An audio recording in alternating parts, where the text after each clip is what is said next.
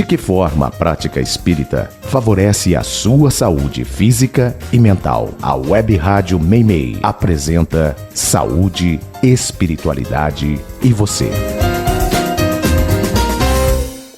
Bom dia, meus queridos amigos, internautas, ouvintes da Web Rádio Meimei. É uma alegria muito grande estar aqui com vocês no programa Saúde, Espiritualidade e você. Meu nome é Ricardo Cavalcante, eu sou membro da Associação Médico Espírita de Botucatu e nós nos encontramos aqui todos os domingos às 11 horas da manhã para refletirmos sobre temas ligados à nossa saúde diante de uma ótica espírita. E hoje nós iremos conversar sobre um assunto ao qual temos sido bastante questionados nesta última semana mediante as notícias que têm sido veiculadas pela imprensa, pelos meios de comunicação, que é a ocorrência de um vírus chamado vírus Nipah, que foi identificado na Índia nesses últimos dias.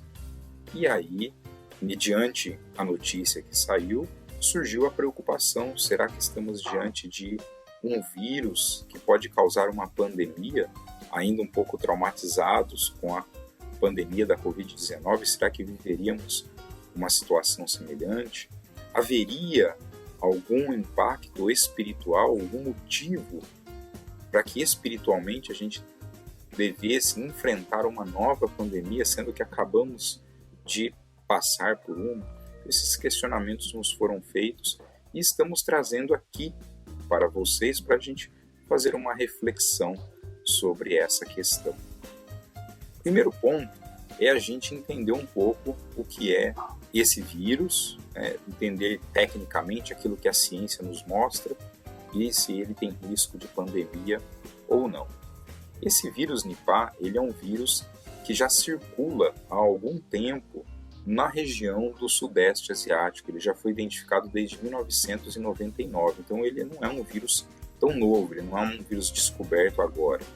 Ele já circula nessa região do Sudeste Asiático, desde 1999 já foi identificado. E desde então ele vem causando pequenos surtos. E atualmente causou esse surto na Índia, que foram apenas 2 casos, foram 2 profissionais da saúde que desenvolveram a doença pelo vírus Nipah. Ele é uma doença que tem sintomas gerais, inespecíficos, como febre, dor no corpo, vômitos, e ele pode evoluir de uma maneira grave, principalmente com quadros pulmonares, respiratórios e com encefalite. Ele faz um quadro que afeta significativamente o cérebro, o sistema nervoso central, e por isso ele pode ter uma evolução fatal, ele pode levar a pessoa à morte. Essa é a maior preocupação do vírus Nipah. Ele é um vírus que ele é transmitido através, principalmente, do contato com o morcego, principalmente morcegos frugívoros, e pode ser transmitido através de alimentos contaminados e muito eventualmente transmitido de pessoa a pessoa, mas o principal mecanismo de transmissão é o contato com os morcegos.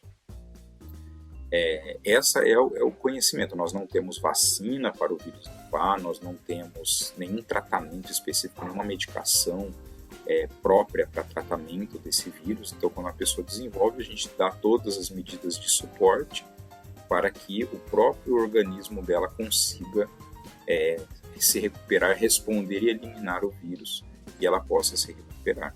Mas é possível ter esses quadros mais graves. E existe, portanto, a pergunta: será que nós temos aí um risco de uma nova pandemia?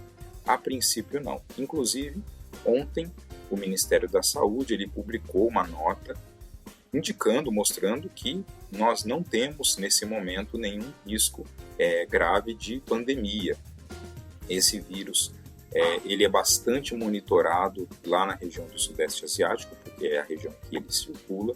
Então, todas as medidas já foram tomadas lá na Índia. Então, as pessoas que eram contatos desses 2 casos, elas foram testadas, foi visto que estava todo mundo negativo, elas estão sendo monitoradas. Então, tem todo um aparato, todo um cuidado que é feito para impedir com que esse vírus se dissemine. O outro fator é que, então, como eu falei para vocês, a transmissão interpessoal ela é mais eventual, ela é mais casual dentro desse vírus. A transmissão principal é por morcego. Essa espécie de morcego que transmite nós não temos aqui no Brasil, então isso também é um fator que nos protege mais para essa transmissão, exceto se o vírus sofresse uma mutação e ganhasse uma capacidade de transmissão interpessoal bastante grande, a ponto de poder transmitir para muitas pessoas. Então, a princípio, o risco de uma pandemia pelo vírus Nipah é um risco bastante baixo. Ele não é inexistente, mas ele é bastante baixo. Para as pessoas ficarem mais tranquilas, né, todo o momento existem no mundo todo, inclusive aqui no Brasil, sempre monitorizações de agentes que são potencialmente pandêmicos. Então, o tempo todo está aparecendo, e a gente muitas vezes vai ver isso na imprensa. Olha, apareceu um vírus, uma influenza diferente, uma espécie nova de vírus influenza surge em algum local, por exemplo, no Sudeste Asiático, muitas vezes aparece vírus influenza lá, como o vírus da gripe aviária, surgem em outros locais e que são agentes potencialmente pandêmicos. Então, essa monitorização ela é feita o tempo todo, mas nem sempre a gente vai ter pandemia. Muito eventualmente ela vai acontecer. O que contribui muito para as pandemias no mundo de hoje que nós vivemos é a situação de globalização. Porque como hoje a gente tem grandes deslocamentos de pessoas, deslocamentos muito rápidos, não deslocamentos no sentido de migração, embora a gente tenha migrações, mas a gente tem um deslocamento intenso de pessoas que estão a trabalho, que estão em turismo, que estão viajando de um local para outro do mundo, né? Hoje, o avião se desloca muito rapidamente e isso, obviamente, aumenta o risco dessa transmissão e de uma disseminação. Por isso que toda essa monitorização ela é feita no mundo todo para que a gente possa ter um controle adequado e tentar impedir com que disseminações aconteçam e pandemias aconteçam. Mesmo assim, com esses aparatos, a Covid-19 foi uma pandemia que trouxe, né, um estrago, vamos dizer assim, né, para a saúde muito grande, porque afetou a vida de todos, né, o planeta todo foi afetado, a saúde de muitas pessoas foi afetada, muitas pessoas morreram na pandemia, e isso, obviamente, traz uma consequência muito grande. Mas se a gente for entender o lado espiritual dessa questão, né, por que esses fenômenos acontecem? Por que fenômenos como uma pandemia acontecem? Por que Deus permite com que uma condição tão avassaladora cause problemas assim para a humanidade? É possível ter uma pandemia após a outra? Então, esses questionamentos realmente eles vêm à nossa mente. Será que existe um significado espiritual para isso? Para responder essa questão, é muito interessante que a gente leia lá no Livro dos Espíritos, no capítulo 6º da terceira parte, né, do terceiro livro que está lá dentro do Livro dos Espíritos, que são das leis morais, existe lá a lei da destruição. Esse capítulo é bastante interessante porque ali Kardec vai falar para a gente sobre os chamados flagelos destruidores. O que são esses flagelos destruidores? São condições que afetam uma quantidade muito grande de pessoas, que pode afetar uma região, uma localidade, afeta uma região, pode afetar um estado, um país, um continente, pode afetar o planeta inteiro. Flagelos destruidores, que não são apenas pandemias ou epidemias ou surtos de alguma doença, mas que podem ser, por exemplo, fenômenos naturais. Pode ser uma catástrofe natural, pode ser um furacão, um tornado, pode ser um vulcão, dependendo do local que tem o vulcão, um terremoto. A gente tem enchentes, como a gente teve, por exemplo, lá no Rio Grande do Sul, tempo atrás. Então a gente está tendo atualmente lá em São Paulo, embora aquilo talvez não se caracterize tanto como um flagelo destruidor como foi no Rio Grande do Sul, que afeta uma quantidade muito grande de pessoas no sentido de perderem suas casas, né, de serem deslocadas, né, você afeta uma região muito grande, né, compromete a vida significativamente, né, de um número muito grande de pessoas. Mas todos esses flagelos destruidores, eles têm um motivo de ser.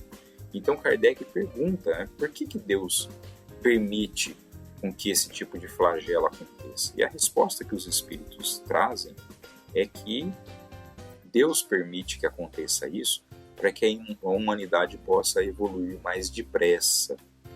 Aquilo que ela gastaria talvez séculos para avançar, através de um flagelo destruidor, ela pode gastar alguns anos. Então ela acelera o processo de aprendizado. A gente já conversou sobre essa questão aqui em outras oportunidades, né? Lembrando que um ponto que a gente sempre comenta dentro da doutrina espírita, né? Olha, a gente pode aprender pelo amor e pode aprender pela dor. Era melhor que a gente aprendesse só pelo amor para não ter que sofrer tanto.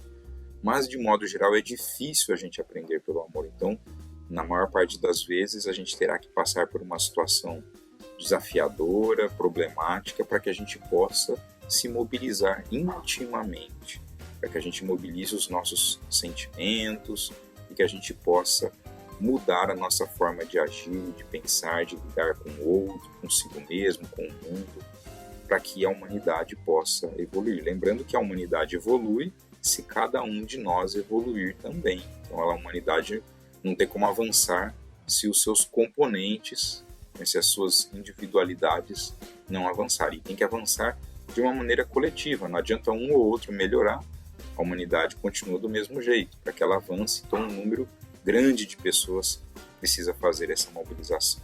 E os flagelos destruidores, dos quais entram a pandemia, são uma ferramenta que Deus, a natureza, se utiliza para que a gente possa melhorar. Se nós olharmos, por exemplo, para a pandemia da Covid-19, a gente vai ver que, embora todo o estrago que ela possa ter feito, ela também traz avanços, ela também traz alguns crescimentos para a humanidade. Então a gente pode, por exemplo, né, tem várias questões que a gente pode observar que a pandemia trouxe de avanço. Então, por exemplo, avanços científicos. Então, teve diversos avanços científicos. A gente teve, por exemplo, o próprio desenvolvimento das vacinas utilizando plataforma de RNA mensageiro, que era uma tecnologia que já vinha sendo trabalhada há bastante tempo, vacinas de RNA mensageiro, mas até então não tinham sido empregadas, então foi uma oportunidade que a gente teve de desenvolver e aplicar essas vacinas. A própria telemedicina, que se desenvolveu muito durante esse período, permitindo com que o atendimento pudesse, inclusive, acessar pessoas que estão mais distantes. A gente teve, por exemplo, um aumento na conscientização sanitária, conscientização de higiene.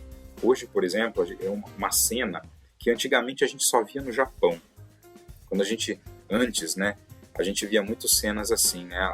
Os japoneses, muitos deles andando na rua com máscara, por exemplo, porque eles estavam com algum sintoma respiratório, estavam lá com uma tosse, uma dor de garganta, uma coriza.